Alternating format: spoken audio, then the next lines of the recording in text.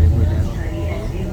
এই যে আরেকটা স্টপেজে আসলাম, এই স্টপেজে থেকে আবার এই যে দেখেন স্টপেজ শুরু।